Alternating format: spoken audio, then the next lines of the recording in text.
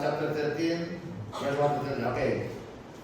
Ikaw ng pulong sa Ginoo, and Abram went up out of Egypt, he and his wife, and all that he had, and Lot with him into the south.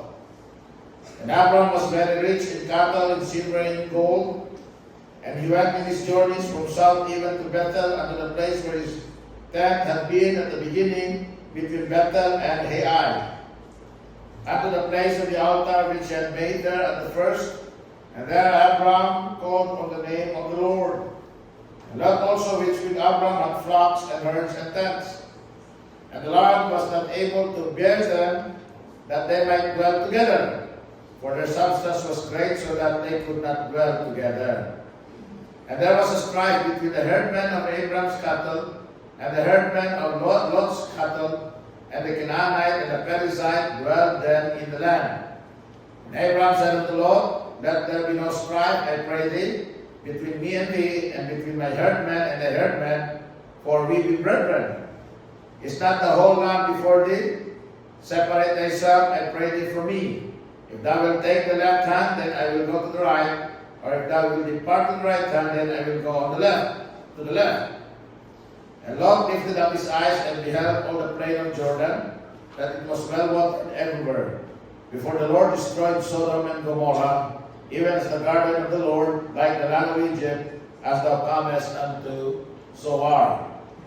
Then Lot chose him all the plain of Jordan, and Lot journeyed east, and they separated themselves the one from the other. And Abram dwelt in the land of Canaan, and Lot dwelt in the cities of the plain, and pitched his tent toward Sodom.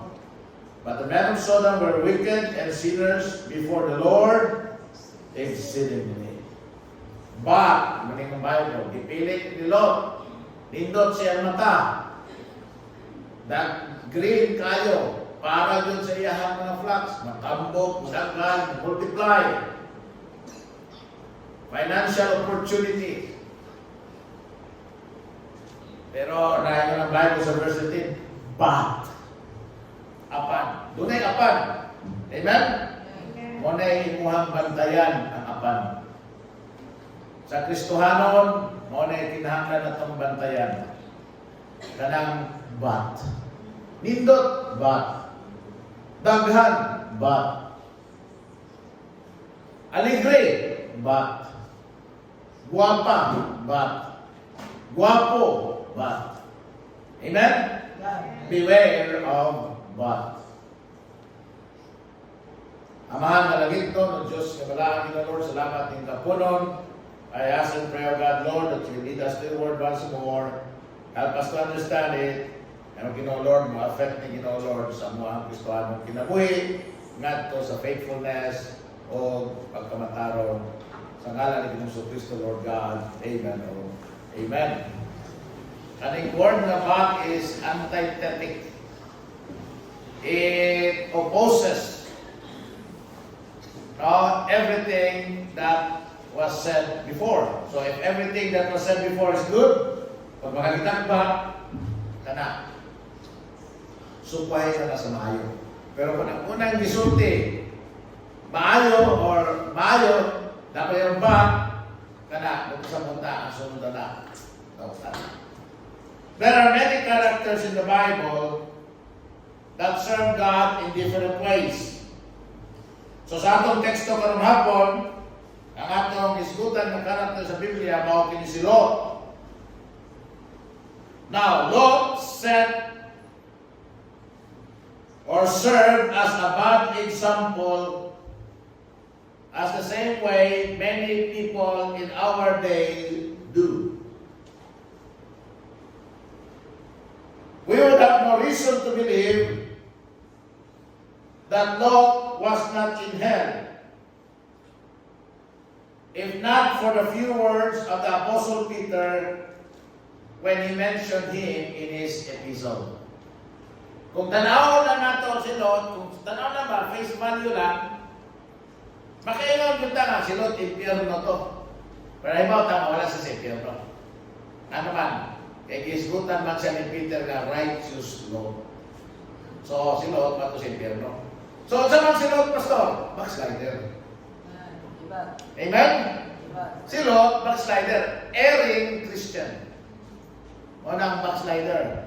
Erring Christian. Kristohanon nga nagakasayo. Amen?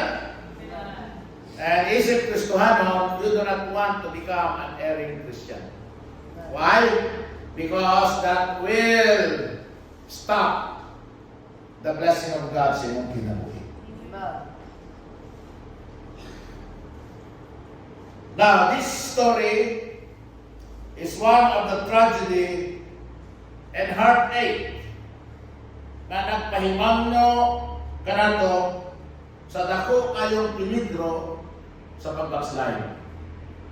However, si Lot, mga igsoon, had a great opportunity to become the man that God wanted him to be. Doon na siya, dako kayong potential na mahimong man of God. Why? Because he walked in the influence or under the influence of his great uncle, the father of the faith, Abraham. Now, Abraham was called not only the father of the faith, but also the friend of God. Amen? But something happened. So, pagtawag sa Ginoo kay Abraham, kuyog sila. Amen? As the Lord blessed Abraham, he also nakatilaw po siya, nakaambit po siya sa panalangin ni Lord. Hangtod ningon ang Biblia nga daghan na kay buhi na dili na kaya sa yuta nila na magtipon pa sila. So para malikayan ang gubot, ingon si Abraham na kananaang mag-separate ta. Dili ingon si Abraham na magbulag ta, nga malayo ka sa ako. Kung yung gusto ni Abraham na magbulag ang ilahang mga panon para hindi sila mag-away. Pero dili ang ilahang pagkapagumangkon o pagkauyuan. I believe, dili gusto ni Abraham na mawala siyang mananaw sila. But, Lot chose Sodom and Gomorrah. And that's where, and that's how the backsliding of Lot happened. So, tanaw na ito ang steps in this backsliding. Una, Lot backslid because his devotion is weak.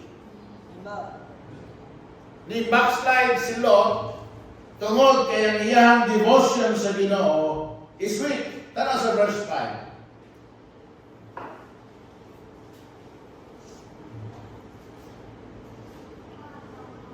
And Lot also, which went with Abraham, had flocks and herds and tents. So, yun ang Bible.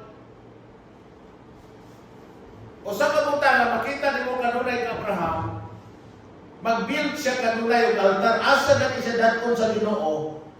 Asa gani siya ilit sa Ginoo. Asa gani siya mupuyo. Mag-build yun na si Abraham o altar. Sama niyo, si Abraham, doon ay flocks, doon ay herds, doon ay tents, but dili dihan ang kutob. If you look at Abraham, he had flocks, he had herds, he had tents, and he had altars. Amen? Ang problema si Lot, doon na siya flock, doon na siya herd, doon na siya tent, pero wala siya altar. Di ka kabasa sa Bible na nagbuhat si Lot ng altar.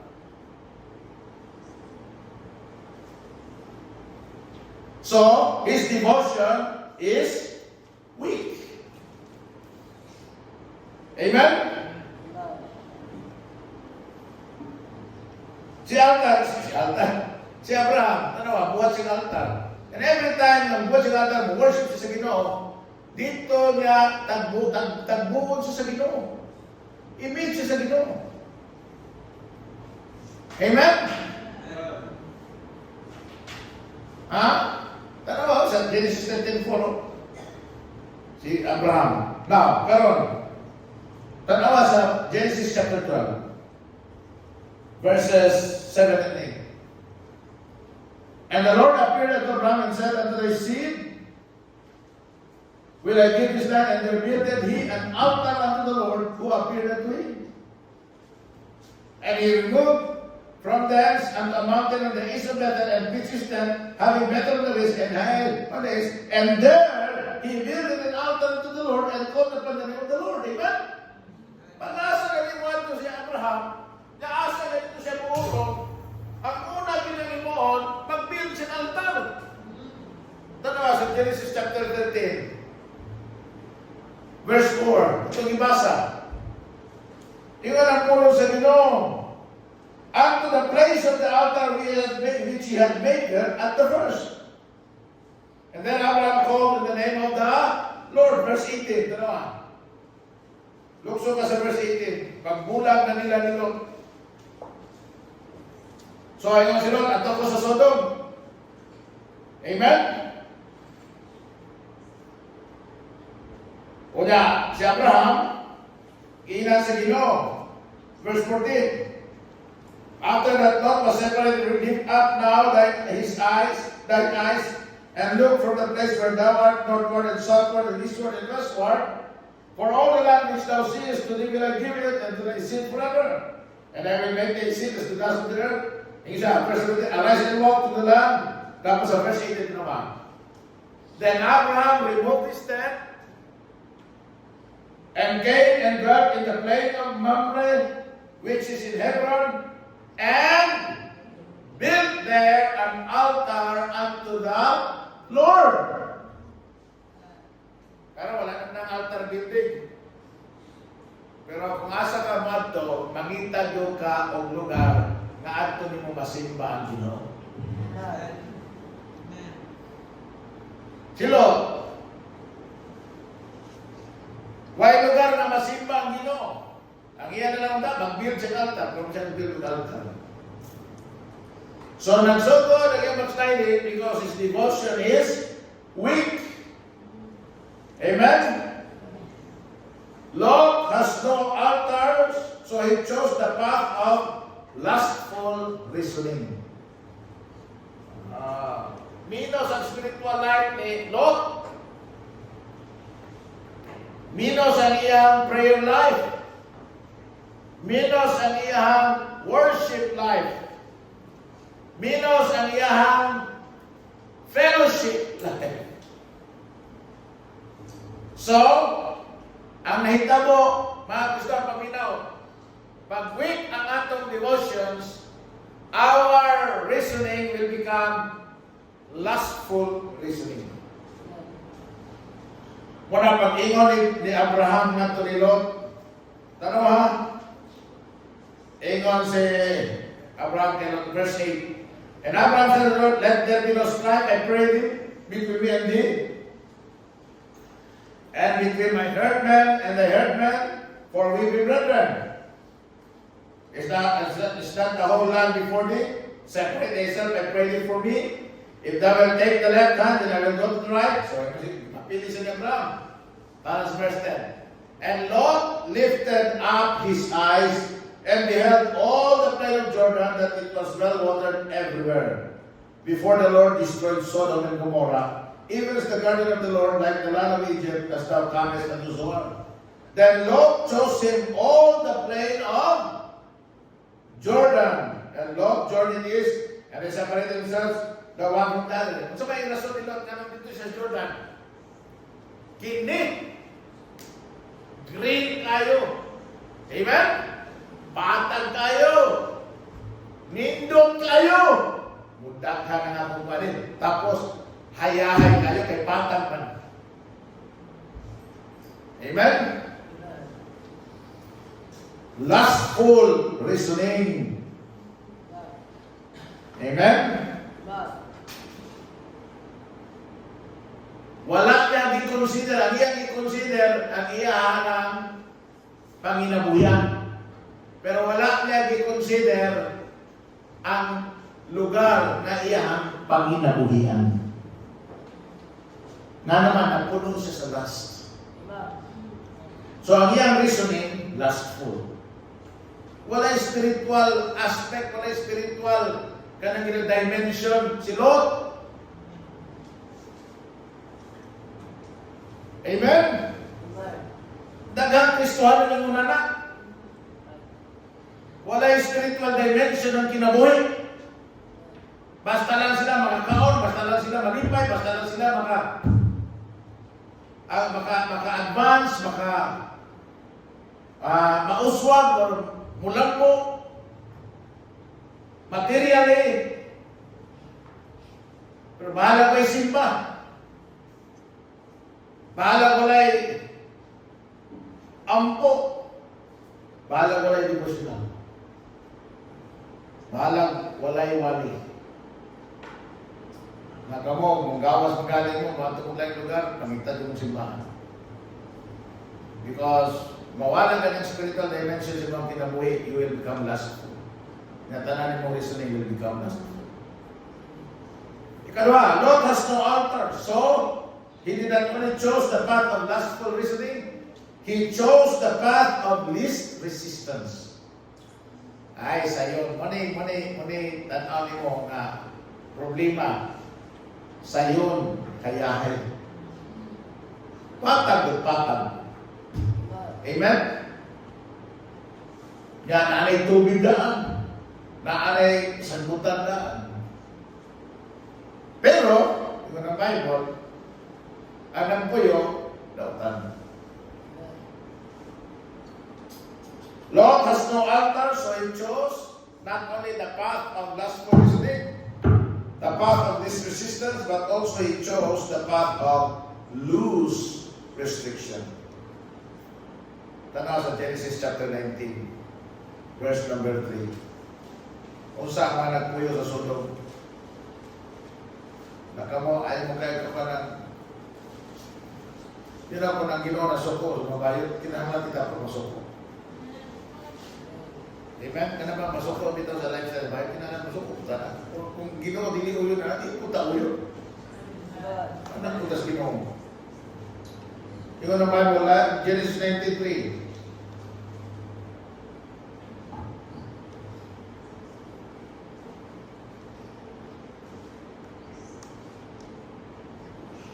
Verse 4. Basta, magsunod sa verse 3, pero tanawan ito ako sa verse 4.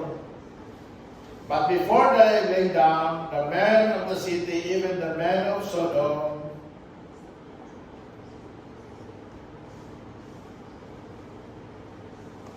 but, let's go back to verse 3 because there's something we really need to look at here. And he pressed upon them greatly, and they turned in unto him and entered into his house, and he made them a feast and did bake unleavened bread, and they did eat.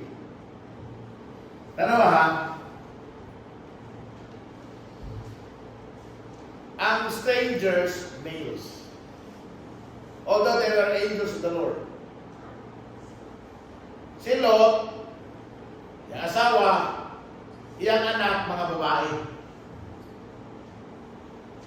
Pero iyang padayonon ng strangers, mga lalaki, sud sa ilang balay, nga ang iyang mga anak, puro babae. That's very uncomfortable, right? Amen?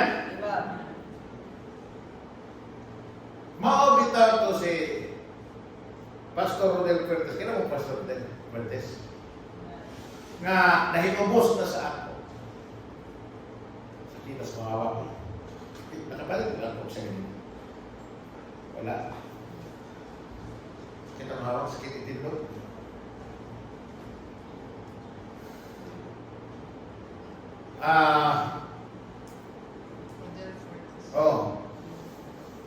Dito kong Amerika, na nabilin sa balay sa Arellano sa una, mga babae, si Jenny, si Mama Mills, si Riaming. Ang akong tugon is, basta gabiin na gani, bisag kinsa pa nagmuan iha, ya lalaki, pastor, bisag kaila pa mo ayaw na ninyong pasudla. Unya, kung mahangyong matulog diha, ayaw mo usulot. Kaya puro mo babae din. Wala ko diri. Sa tuon man, isang nakaila, hindi naman pwede, pastor, hindi pa pwede ba kaya ingon nagtugon sa pastor, nagtugon sa pastor, nagtugon sa pastor. Hindi lang ko. Nasuya na niya. Nasuya na kay nga nung siya pasundot na nakaila man ta. Nakaila, ano ang pala sila, mga babae pa sila dito. Nga nung naabot mo pa na pastor, kaya kini silo, tanawa ha, loose na ang iyahang restriction. Sugot na lang siya na yung mga lalaki matulog sila pala, bisan mga estranghero.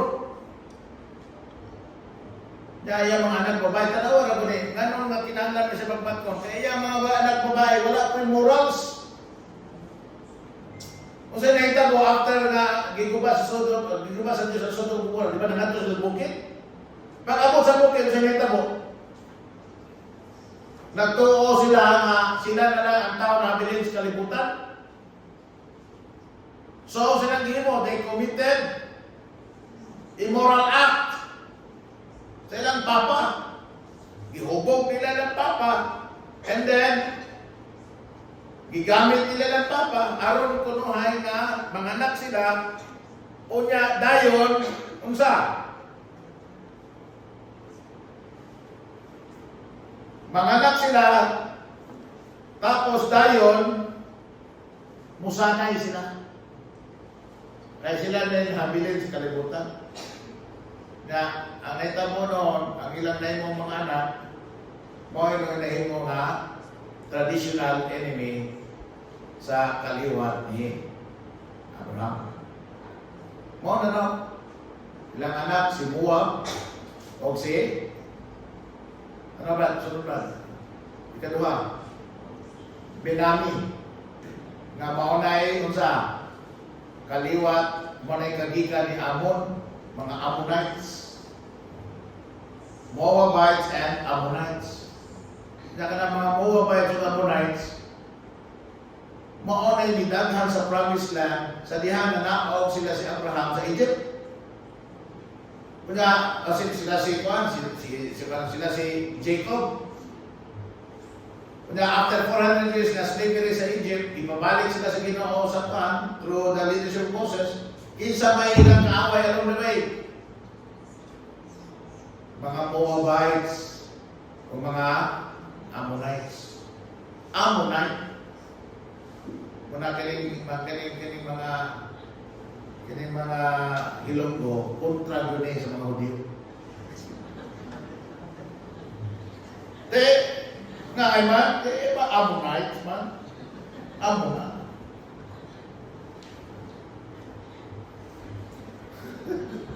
Amen? So, nahimong loose ang kinabuhi ni Lot. Basta gani, paminawa, when I play. Panahon sa tingjok. Pero pag abot na gani sa mga butang na seryoso, kinahanglan no nonsense ka. Amen? Stricto ka. I-divide mo, doon na kay dividing line.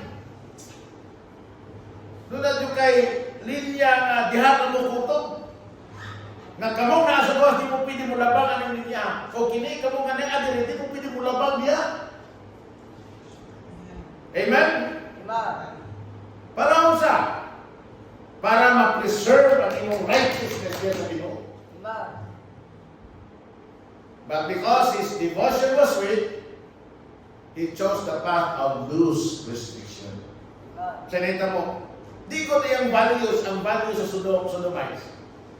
Ni Lot.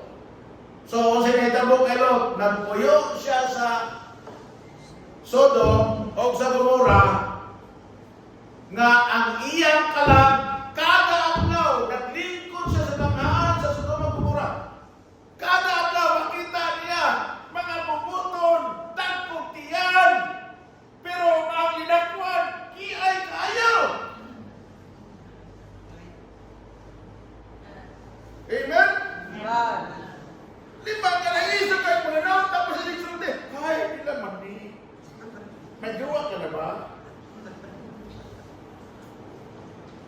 Di ba? Nga tayo mga babae na tanawin mo. Skinny. Baka man, ang linagpon, bagis kayo. Kuya, palitan ang kuya. Palitan ang pang. Di ka mahasol, anak. Nga na na maligya sa mong tupalo, mga lipstick, mga make-up, mga pahami sa naon, mga sunblock, tapos ang mamalit, mga lalaki. Nakay-ukay-ukay. Na ay pang lalaki, ay pang babae. Ay mga lalaki, atlo dito sa mga babae. Kaya magsugod-sugod. Di ka mahasol, anak. Ano yung Bible nga, vex. Ang kalabiso ni Luke. Kita sa hawak. But the thing, my son, is this. That was the beginning of Lot's backsliding. When he chose Sodom, ang iyang devotion was weak. Ikalawa, his desires are worldly. Ang iyang desire, worldly. Yang devotion weak. Kasi altar. Why simba, why Bible study. Why Bible reading, why prayer meeting. Why fellowship. Then, ang iyang desire is worldly. Para lang yun. Saan nga mudaghan. Ako pa tulog, nagpakiluoy kong Abraham din. Nagpapulag-pulag ko. Ilang pagpalayo. Sila nila ako ng sutiyan ng mga tao nga. Bantay lang mo ha. Ang atong mga kuhan. O mag-ani ka sila sa kampol nila. Aritas bigas. Para di may gugo. Ano ta siya? Wala man. Worldly naman siya. Kung saan naman ay nakuha niya sa kalimutan. Mag-gain sa kalimutan. Maruli iya. Kung sa'yo sa Bible. Tanaw sa verse 10. Genesis chapter 13, verse number 10. Nang nakaingon ka nga word is, and Lot lifted up his eyes and beheld all the plain of Jordan. Tanawa, way titig si Lot. All the plain. Gusto niya maangko ng tanan. What shall it profit a man if he shall gain the whole world and lose his own soul? That it was well watered, do tayo. Everywhere. Bisag asa ko tatawag dito. Waabi na. Pwede, doon na yung mga places sa kalimutan na beautiful. Nagtanaw ko gabi sa Kwan, sa YouTube, dito sa Kwan, sa akong TV. Kanang nagtanaw ko sa Australia, doon ay lugar sa Australia na Grand Peak kanito. Dito kayo, green. Ito ang mga Kwan, wala kayo makita. Puro kita green. Ang tanong, ibabagod saan? Grapes. Itawag to siya of the wine capital of Australia. Ano guna yun? Hindot unta, green unta, pero ang product parang pahupukan. Hindot. Before the Lord destroyed Sodom and Gomorrah, even as the garden of the Lord. Pareho. Comparable sa garden of the Lord. Comparable sa garden of Eden. Like the land of Egypt as thou comest unto Zoar. Sa inyo sa Bible, Psalm 37:4. Delight thyself also in the Lord, and He shall give thee the desires of thine. So, kung sa may desire ni Lot, nano nga, ay matang worldly. Una, Lot's desires for profit. Lot desires for profit. Ang desire ni Lot, profit. You know what? The love of money is the root of all evil. Number 2, Lot desires for pleasure. Manakainom ang worldly. Kaya siya hindot eh. Then Lot desires for position. That's Genesis 19:7.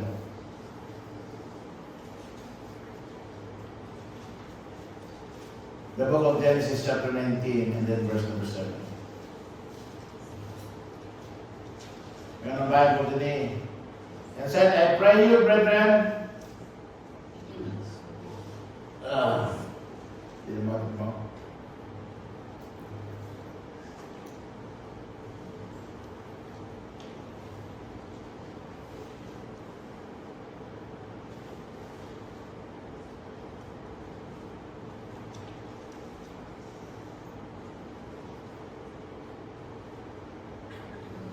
and I pray you, brethren, do not so wickedly. Behold, now I have 2 daughters which have not known men.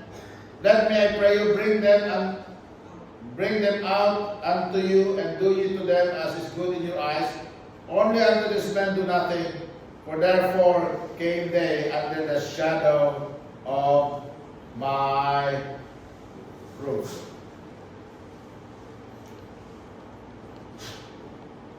Now, usa sa mga butang yung makita with Lot was he prospered in Sodom. And because he prospered in Sodom, he became prominent in Sodom. To the point that the men in Sodom know him. And ani nga makita ni mo, doon na pa sila respeto kay Lot. Aning panahon na kaya wala silang sudritso sa balay ni Lot.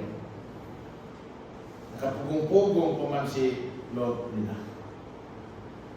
But that to make this point short tonight, ato makita that Lot's desires is worldly because his desires is only for profit, his desires only for pleasure, and his desires is only for position.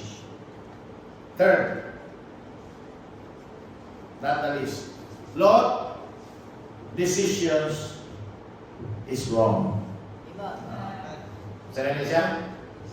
Una, saan ito? Ha? Ikalawa?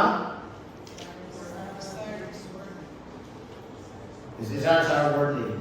And then thirdly, Lot's decisions is wrong. Lot's decisions are wrong. Tanawa ko.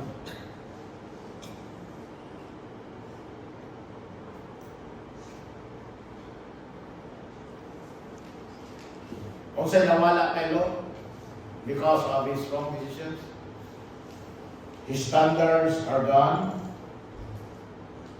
Wala na. Masahan naman ng chapter 19 verses 4 to 8. Sugot na lang kung siya kung ang iyang mga anak ay pahimuslan sa mga taga-Sodoma. Kanya, wala siya mag-grow na. Kalugay siya mga anak. Sodomites niya ni. They are the ones who are engaged in the most immoral sexual acts. Sodomites. If you know what Sodomites, kasi tawagan na, sodomism? Ano? Sodomy? Tanawa lang ninyo na sa dictionary ng word na sodomy. Kung sa kagilaan na word. Yan, ipagamit ninyo yung mga anak sa mga sodomites.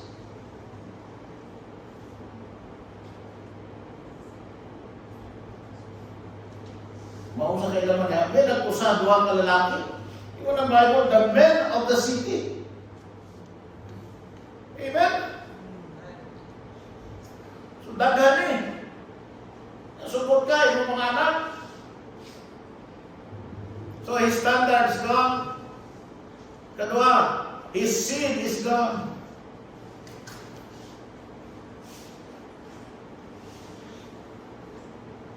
Yang asawa ay mong masin.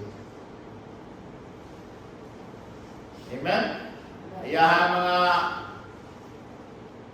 in-laws, minaw niya.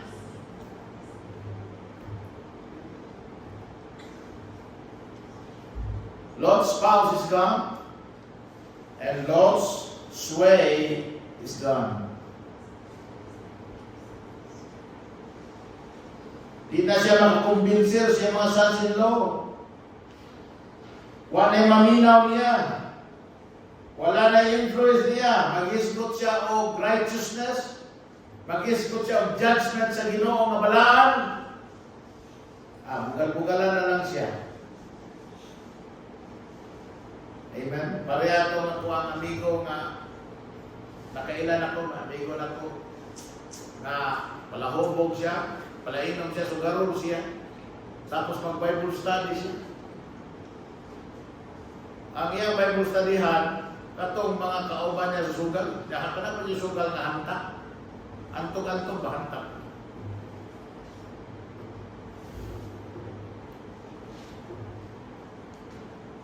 Paita. Amen? Bugal-bugalan lang po siya, bugal-bugalan. Kanagani mag-witness ka na, palahog mo ka sa una. Di magani ka kadritso-ritso kay samtang nag-istorya ka. Ang imong istorya nga kay wag lang ka nakainom ni mo, kauban mo inom sa una. Bukuan magani nga. Di ba ba sa una mag-inom ta dito? Di ba? Istorya na sa mga kaagi dito, isod kay witness. Isod kay saksi.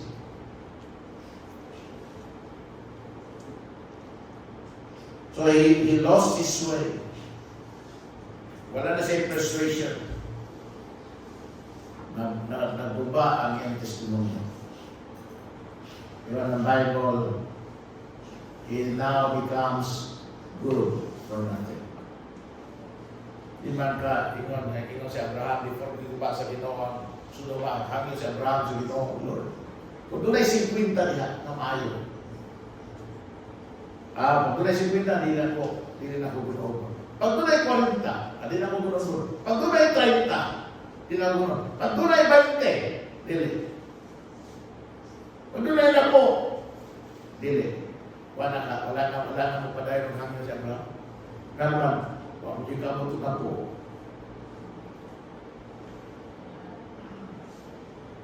Okay, dato siya. Unya tapos yan asawa. Yan ba ka ng babae dalaga? Pat na. Yan naman sa isang sinlo. Nagrabay daughters. Tandog buhat ko niya ang anak na naminyo. Lupat. Kaya ka ito na maminyo na luha. Nanganak o usaw din na luha. Di at least daw tayo napulo. Huwag mo yung kamot na pulo. You know, mamina mo. And we're going to close. The life of Lot is a mark of the foolish path of backsliding. So kinala makatunan na ito tarong ang warning that backsliding all began with the negligence of the altar. Then the worldly desires and wrong decisions will be next. Our decisions are determined by our desires, and our desires are determined by our devotions. Kung nakakaigong sa Ginoo, ang imohang mga desires, diktara na sa imong gugma sa Ginoo. O kaya ang imong desires, diktaran man sa gugma mo sa Ginoo, then dili ka makahimo o sayo ng mga decisions. So that's the path of backsliding. So, timanan ang imuhang Bible reading, at timanan ang imuhang pagampo, at timanan ang imuhang altar. So that ang imong desire, mahihulog sa desire sa Ginoo, tungkol ni Ana, you will think twice before making a decision. Because you will be afraid that your decisions will be wrong. Amen? Ano yung kapitanan sa Ginoo? Let's pray. Father in heaven, thank you so much for God, Lord. Help us not to forget, help us, God, Lord, not to be like Lord. Help us, God, Lord, in our devotions, in our desires, and in our decisions, I pray that ang among devotion to God, Lord, will be intense and deep. Ang among mga desires to Ginoo, Lord, kanad yung makadelight kanimo, Ginoo, makapahimuot kanimo, dili worldly, kundi mga spiritual. Oh God, Lord, help us, God, Lord, not to make wrong decisions. Because it's going to be not costly, not only to me, to us, but also to our families, and to our children, and to the future, of God, Lord, of our families. Lord, I commit to you, God, Lord, each and every one tonight, God, Lord. Help me, Lord, in Jesus' name. Amen. Amen. Amen. Higayon na, dito matugay magsulong. Let us take our offerings, and then afterwards we will have a closing word of prayer.